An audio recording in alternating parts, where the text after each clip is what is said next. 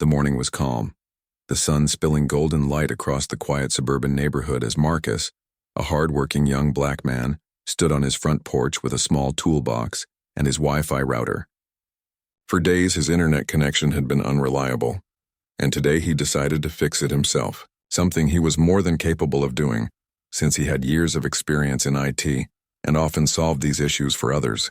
He crouched down, carefully opening the router casing with a screwdriver, checking cables and occasionally glancing at his laptop screen to test the connection. To him, it was a simple, routine task, just another small inconvenience of life to be solved before he got back to his freelance work. But to someone else watching, his every move was being twisted into something far darker. Inside the house next door lived Karen, a woman known in the neighborhood for her constant complaints, her controlling nature, and her tendency to call the authorities over the smallest things. She spotted Marcus through her window, tools in hand, adjusting wires and setting devices on the porch, and immediately her mind jumped to suspicion. Instead of recognizing a neighbor working on his own equipment, her thoughts turned to stereotypes and prejudice, convincing herself that Marcus must be tampering with something that didn't belong to him, perhaps trying to steal internet service or even committing some kind of criminal act. Her chest tightened with indignation as she told herself she couldn't just stand by and do nothing, that this was her neighborhood to protect. And so she grabbed her phone, dialed 911, and with a trembling but performative urgency in her voice told the dispatcher that there was a strange black man messing with wires and devices outside, maybe trying to hack or steal from someone.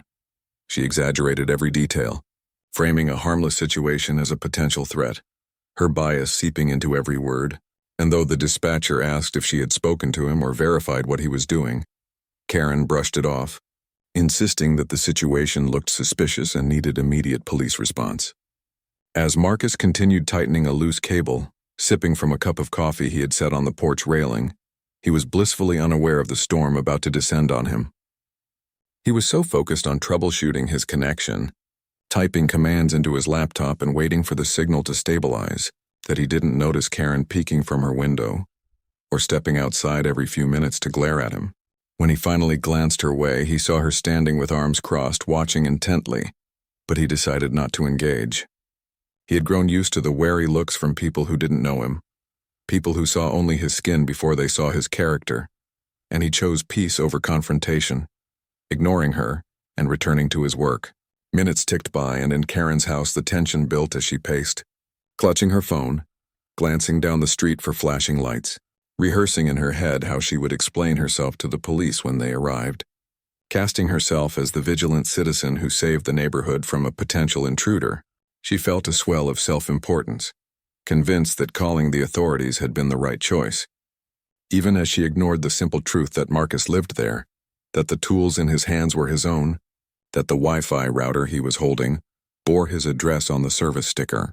10 minutes later, Marcus heard the low hum of engines and the crunch of tires against pavement as two police cars rolled slowly onto the street, lights flashing just enough to announce their presence, but sirens off. He looked up, puzzled, wiping sweat from his forehead, wondering if something had happened nearby, never imagining that the officers were heading directly toward him. Karen immediately stepped out of her house, waving her arms, pointing toward Marcus with the kind of exaggerated theatrics that made it seem like she had caught a dangerous criminal in the act. Marcus froze, screwdriver in hand, confusion washing over him as the officers approached with stern expressions, hands hovering near their belts, scanning the scene as though expecting trouble. One of them called out, "Sir, can you step away from that equipment?" And Marcus blinked, startled, trying to process what was happening. He slowly set the screwdriver down, raising his hand slightly to show he wasn't a threat, and replied calmly, "Officers, this is my house, and I'm fixing my Wi-Fi router. Is something wrong?" Karen jumped in before they could respond, her voice sharp and insistent. "He's lying. I saw him messing with wires and devices. He doesn't belong here. I think he's trying to steal internet or break into something." Her words dripped with certainty, her tone rehearsed as if she were the hero of the story she was spinning. Marcus felt a mix of frustration and disbelief, the same sinking feeling he had experienced too many times before, the realization that his truth might not be enough when weighed against the assumptions of someone who looked like Karen. He tried again, speaking slowly and clearly. This is my property. That's my router. You can check my ID, my lease, my service bill. I'm not doing anything illegal. The officers glanced between him and Karen, their expressions uncertain, one of them lowering his voice to his partner as they considered the situation. Marcus's heart raced, not because he had done anything wrong, but because he knew how quickly misunderstandings like this could spiral, how in an instant his calm morning could turn into a nightmare. The neighborhood, once quiet, began to stir as curtains shifted and neighbors peeked out to see what the commotion was about. For Marcus, the weight of eyes on him was suffocating, every second stretching longer as he waited for the officers to decide whether to believe the evidence of their own eyes or the assumptions of a woman desperate to be validated. Karen crossed her arms triumphantly, already imagining the scene ending with Marcus in handcuffs, confirming her self-constructed role as protector of the neighborhood. But Marcus stood his ground, refusing to cower, his voice steady but firm, ready to explain again and again if he had to, because this time he wasn't going to let prejudice define his reality. The silence on the street was thick as the two officers exchanged a glance, their eyes narrowing with suspicion but also with curiosity, as if they weren't entirely convinced by Karen's frantic accusations nor entirely ready to dismiss Marcus's calm explanation. Marcus kept his hands visible, standing tall though his heart pounded, and repeated once more, "This is my router. I'm fixing my own Wi-Fi. Please check my ID, check the service provider sticker, check anything you need. I have nothing to hide." One of the officers, Officer Daniels, nodded slowly and asked him to step back while they approached the equipment, and Marcus complied, moving a few feet away, his palms open. Karen quickly interjected, her voice sharp and loud enough for the whole street to hear. "Don't believe him. He doesn't even live here. I've never seen him before. He's lying." The words stung Marcus, not because they were true, but because they were absurd. He had lived in that very house for over a year, paid his rent on time, waved politely to neighbors who rarely responded, and yet here was someone declaring him invisible, erasing his existence with a single sentence. The officers, sensing the tension, decided to verify facts, and one of them asked Marcus for identification. Marcus calmly pulled out his wallet, handed over his driver's license and lease copy he carried for work-related verifications, and waited while Officer Daniels examined them carefully. The address matched perfectly. The photo was undeniably him, and his name appeared on the documents in bold print. Karen, however, was undeterred. She insisted they couldn't trust papers alone, her voice rising as she spun new fabrications about how she thought she had seen Marcus sneaking around at odd hours or acting suspicious on the street. The officers exchanged another glance, their skepticism toward her growing, but they didn't confront her just yet. Instead, they inspected the router Marcus had been working on, crouching down to look at the sticker on the bottom that bore the service provider's label with Marcus's name and address clearly printed. Daniels held it up for his partner to see, murmuring something under his breath, and then turned back to Karen with a raised brow. "Ma'am, this router belongs to him. His documents match this address. Everything here indicates this is his property." Karen's face flushed red, a mix of embarrassment and stubborn pride twisting her features, and she shot back defensively. "Well, anyone could fake papers, anyone could swap labels. I'm just doing my duty as a good neighbor." But her voice wavered, lacking the conviction it once had, and the gathering crowd of neighbors who had come outside to watch the spectacle began to murmur among themselves, some frowning in disapproval at her relentless accusations. Marcus, though relieved that the facts were on his side, still felt the weight of humiliation pressing down on him, the unfairness of being treated like a suspect in his own home. He spoke again, this time with more edge in his voice. "I told you the truth from the beginning. You could have just asked me, but instead you chose to call the police, to put me in danger, to humiliate me in front of everyone." His words hung heavy in the air, cutting through the buzz of whispers, and even the officers seemed to pause, recognizing the truth in what he said.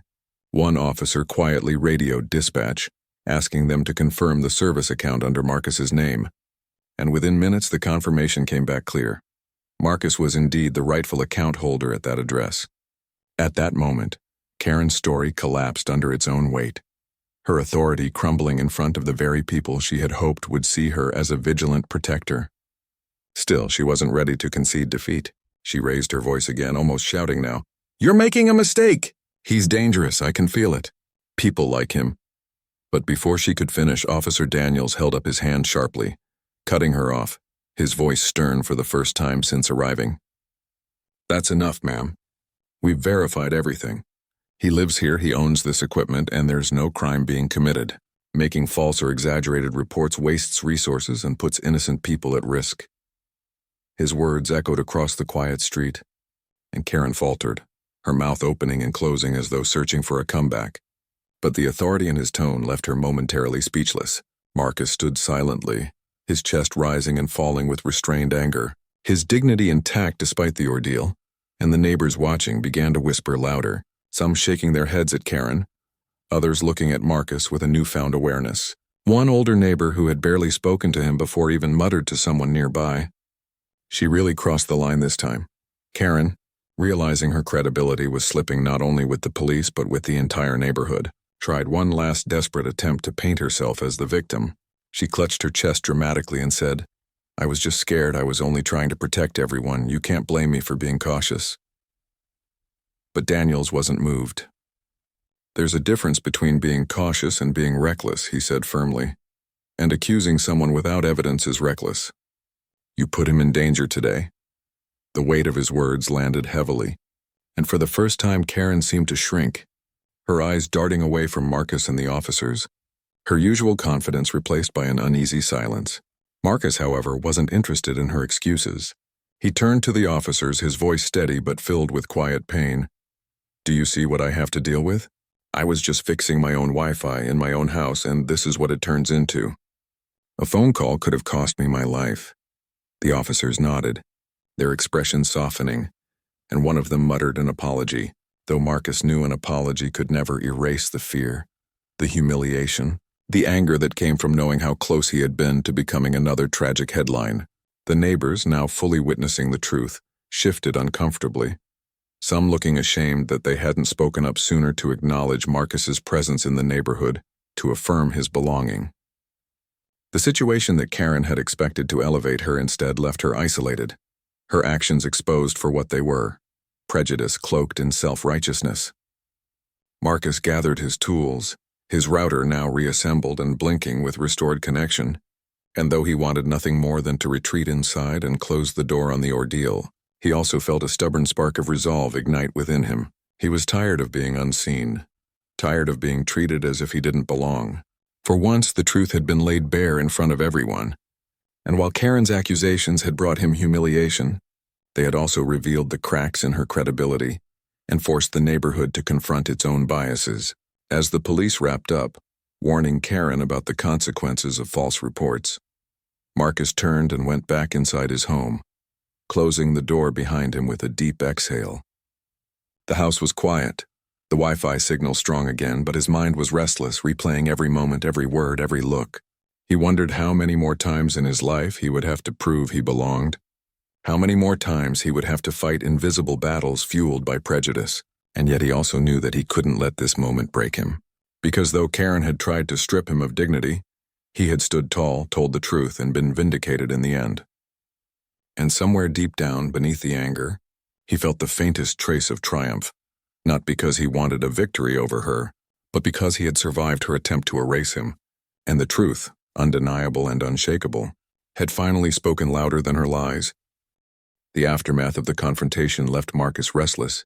Even though he had retreated into the quiet of his home, the echo of Karen's false accusations still ringing in his ears and the whispers of the neighborhood neighbors lingering outside his windows. But the real storm had just begun to brew as Officer Daniels and his partner returned to the precinct to file their official report, exchanging low murmurs about Karen's behavior and the troubling pattern of complaints that had surfaced once her name was logged into the system, which prompted a deeper review of her history, revealing that she had previously dialed 911 in multiple, seemingly minor incidents that never resulted in citations or arrests, but now painted a concerning picture of overzealous and biased reporting, the type that could escalate unnecessarily and put innocent people at risk. The detectives pored over each call log, comparing dates, times, and locations, discovering striking similarities in her language, her urgency, and the types of victims she reported, which almost all pointed to African American men performing ordinary, lawful activities in public or semi-public spaces, and they realized this was not an isolated incident, but part of a troubling behavioral pattern.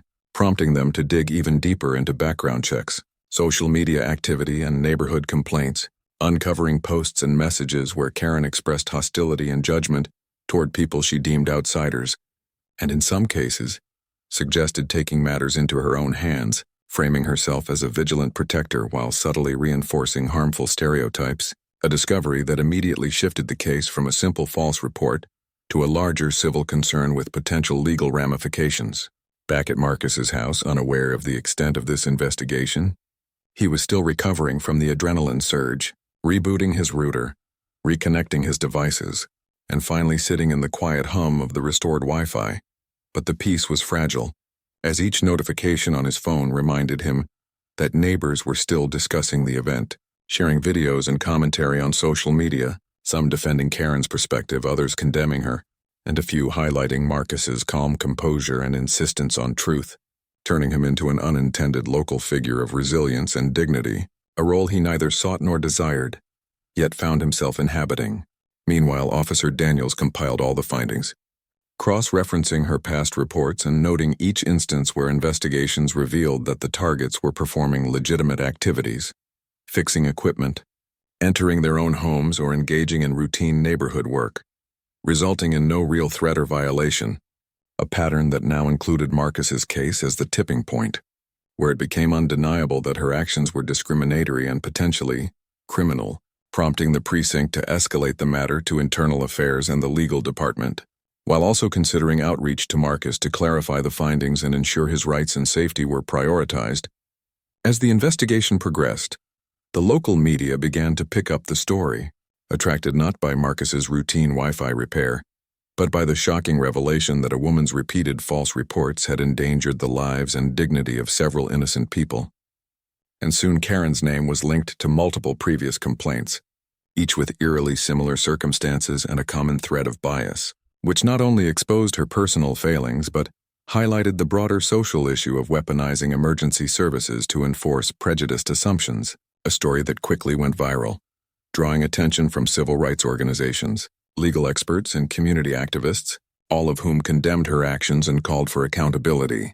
Marcus, learning of this secondhand from friends and social media alerts, felt a mix of emotions: vindication that the truth was surfacing, anger at the persistent prejudice he had endured, and anxiety about the attention, knowing that while his innocence was now validated, the scrutiny and public exposure were a new kind of vulnerability. As days passed, the pressure on Karen intensified, with internal investigations, media scrutiny, and potential civil suits looming, while Marcus began receiving messages of support from neighbors and strangers alike, expressing admiration for his patience, dignity, and composure under such unfair and dangerous circumstances.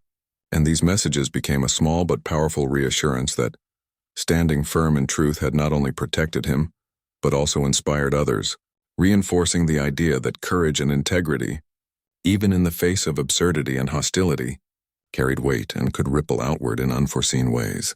Simultaneously, legal advisors weighed potential consequences for Karen, ranging from civil liability to criminal charges for filing false reports, as well as discussions about mandatory training or behavioral interventions to prevent recurrence, highlighting how a single pattern of biased behavior could escalate to significant legal and social consequences, ultimately serving as a cautionary tale for communities nationwide.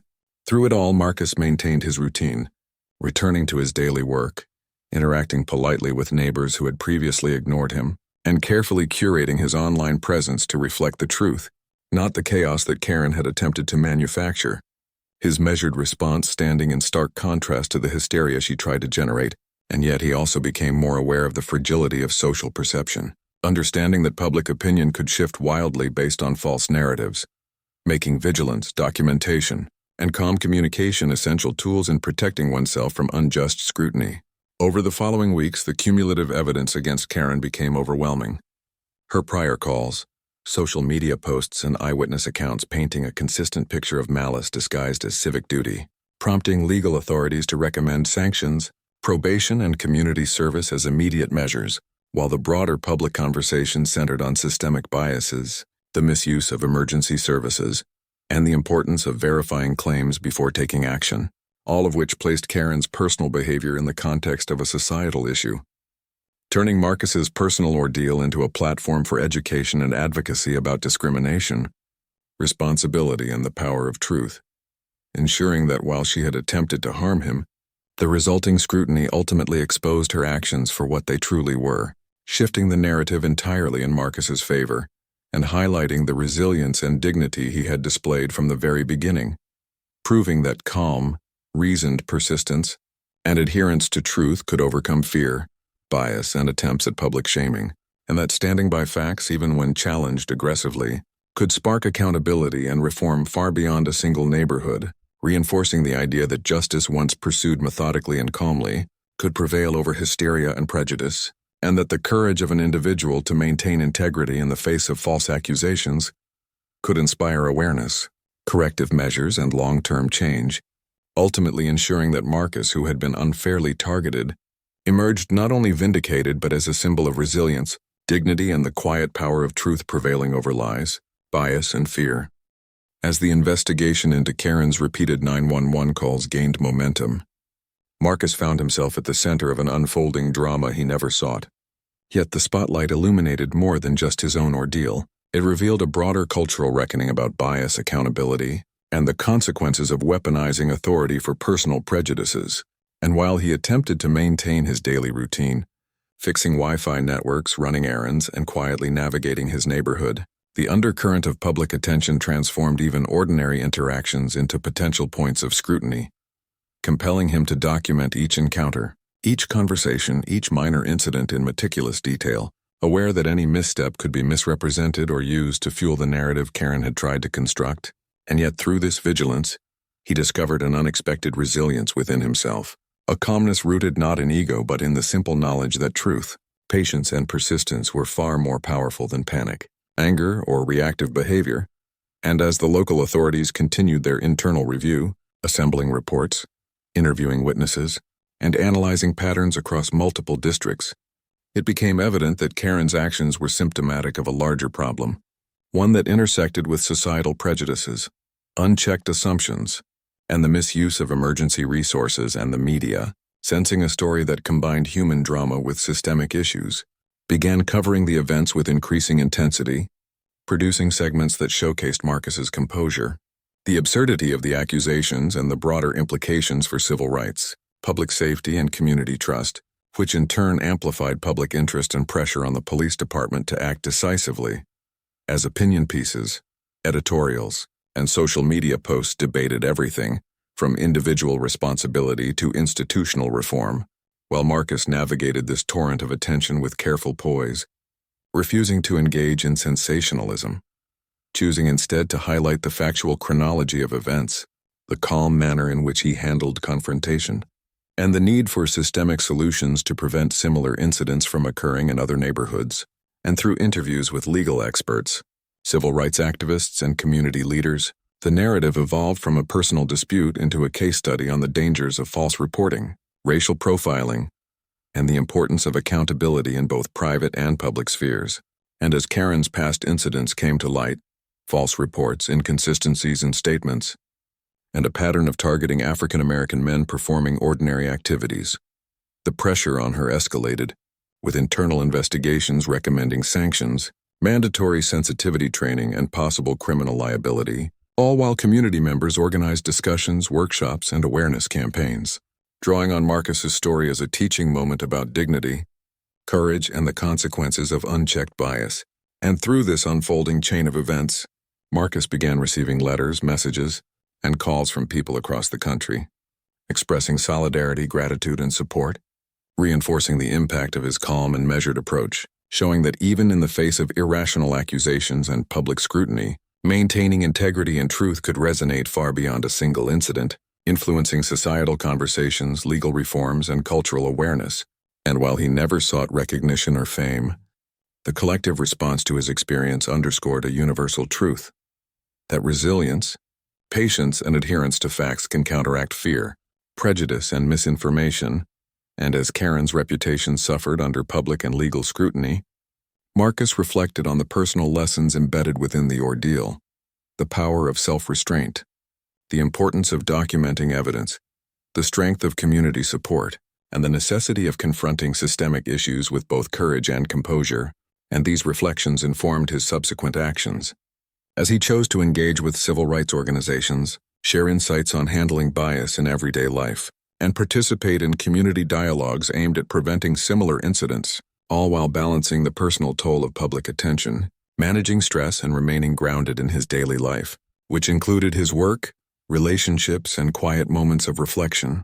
And as the legal proceedings continued with hearings, reports, and expert testimonies building a comprehensive case against Karen, Marcus's experience became emblematic of a broader societal imperative to recognize and address the intersections of personal bias, public authority, and racial profiling, highlighting the ways ordinary individuals can both be affected by and influence systemic change. And through every stage of the process, from initial confrontation to media coverage, community dialogue, and legal adjudication, Marcus maintained a remarkable equilibrium, showing that the dignity and composure displayed in the simplest of actions, such as calmly fixing a Wi-Fi connection amidst chaos, can serve as a catalyst for accountability, justice, and awareness, and that the courage to remain true to oneself, even when falsely accused and publicly scrutinized, holds profound implications not only for the individual, but also for the broader society, fostering a culture where fairness, vigilance, and respect for truth are prioritized over assumptions, fear, and prejudice, ultimately turning a personal ordeal into a compelling narrative about resilience, integrity, and the transformative power of standing calmly in the face of injustice, ensuring that the lessons learned extend beyond the immediate parties involved, inspiring reflection, action, and systemic awareness on a much larger scale. And as weeks turned into months, Marcus continued to live his life with deliberate care, applying the insights gained from his experience to every interaction, advocating quietly for fairness and accountability, and supporting others who might find themselves in similar situations, demonstrating that the impact of his response was both immediate in resolving the conflict and enduring in its contribution to broader societal understanding and reform, reinforcing the timeless principle that calm courage, factual integrity, and dignity can ultimately outlast fear, falsehood, and prejudice, creating ripples of justice and awareness far beyond the original incident. By the time Part 5 began, the ripple effects of Karen's actions had extended far beyond the neighborhood, transforming what initially seemed like a simple, personal confrontation into a case study in social behavior, racial bias, and the responsibilities of citizens within a community. As Marcus reflected on the months that had passed since the incident, he realized that his life had changed in ways subtle and profound. As the media continued to spotlight the story, highlighting not only the absurdity of the false accusation, but also the remarkable restraint and dignity he had maintained under pressure, which inspired debates about civic responsibility, the ethics of emergency calls, and the broader societal patterns that allowed individuals to weaponize authority against those perceived as different. And with each passing day, the narrative expanded, incorporating interviews with neighbors, psychologists, legal experts, and civil rights advocates, all analyzing the consequences of Karen's actions and the ways Marcus's composure exemplified a model of behavior in the face of injustice. While the police department implemented new training protocols to prevent frivolous or racially motivated emergency calls, aiming to reduce misuse of resources, and during this period, Marcus also engaged more actively with his community, attending workshops, giving talks at schools and local organizations, and collaborating with advocacy groups to raise awareness about implicit bias, systemic inequities, and the importance of calm, evidence-based responses in situations of conflict. And through these engagements, he discovered an unexpected sense of purpose, turning a personal ordeal into a catalyst for social education and reform, demonstrating that even ordinary citizens could influence cultural and institutional change when responding with integrity and patience.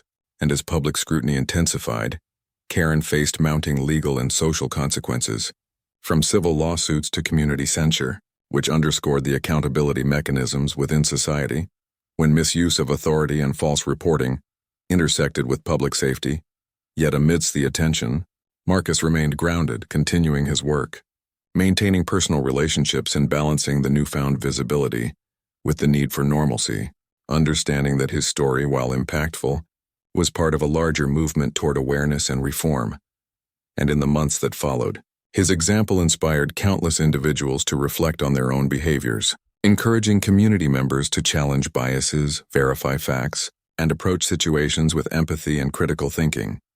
And as the legal proceedings concluded, with Karen receiving penalties that reflected the severity and intent of her actions, the focus shifted to lessons learned, policy changes, and community resilience, emphasizing the importance of both individual and institutional responsibility in preventing similar incidents, and through workshops, articles, social media campaigns, and public discourse, Marcus's story became emblematic of the power of dignity and composure, illustrating that even in moments of intense stress, calm reasoning, factual evidence, and moral courage could shape outcomes far beyond immediate personal stakes, influencing community norms, inspiring reform, and reinforcing the principle that truth and integrity ultimately prevail over fear, falsehood, and prejudice. And while the world had briefly turned its gaze toward him, Marcus continued to live modestly, choosing to mentor young people in civic responsibility, educate peers on systemic bias, and provide practical guidance on conflict resolution, using his experience as a teaching tool,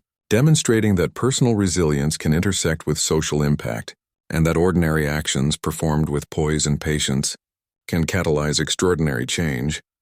And as he reflected on the journey from that initial, tense encounter to the far-reaching educational and societal influence it generated, he understood that his calm, deliberate response had not only preserved his own dignity, but it also illuminated broader truths about fairness, accountability, and the transformative power of measured action in the face of injustice. And as communities absorbed these lessons, policies adapted, dialogues deepened, and public awareness increased, creating a more vigilant, empathetic, and informed society.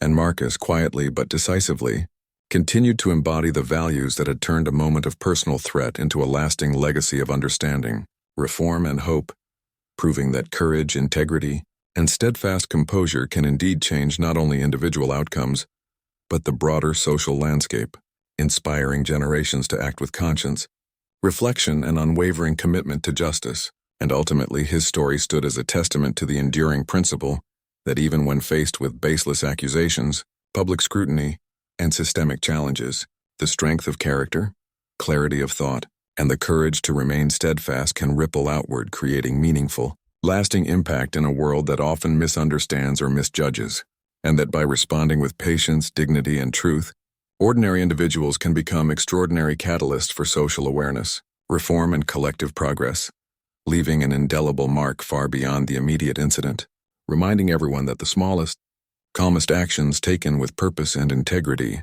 can ultimately shift perceptions, influence policy, and inspire change on a much larger scale than initially imagined, proving that courage and virtue, even under duress, are forces capable of shaping both individual destinies and societal norms. And as the final chapters of the story unfolded, Marcus reflected with quiet satisfaction on the unexpected journey, recognizing that his measured response had sparked dialogue, prompted reform, and elevated public consciousness, leaving a legacy defined not by fame but by impact, education, and the enduring demonstration that integrity and calm resolve can triumph over fear, prejudice, and falsehood.